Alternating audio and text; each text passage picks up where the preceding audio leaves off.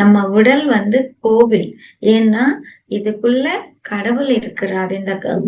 இந்த உடலுக்குள்ள இந்த ஜீவன் என்ற கடவுள் இருக்கிறாரு அப்படின்றது இது கோவிலா நாம பாவிக்கணும். இந்த உடலை நம்ம எப்படினாலும் நாம பண்ணக்கூடாது, அது கஷ்டப்படுத்த கூடாது, அதுக்குள்ள நோய் நொடிகளோட நாம வாழக்கூடாது. அது எப்பவுமே பியூரா நாம வச்சுக்கணும், சுத்தமா வச்சுக்கணும். இந்த உடலை வந்து அவ்வளவு பாதுகாக்கணும்.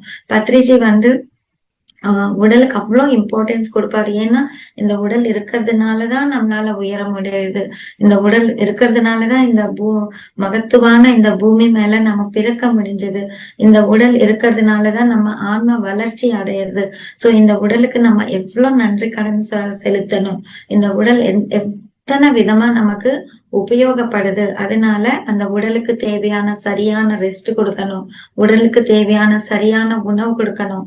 இந்த உடலை நம்ம எவ்வளவு பாதுகாப்போமோ அந்த அளவுக்கு நமக்கு நம்ம ஆன்ம வளர்ச்சி என்றது நடக்கும்.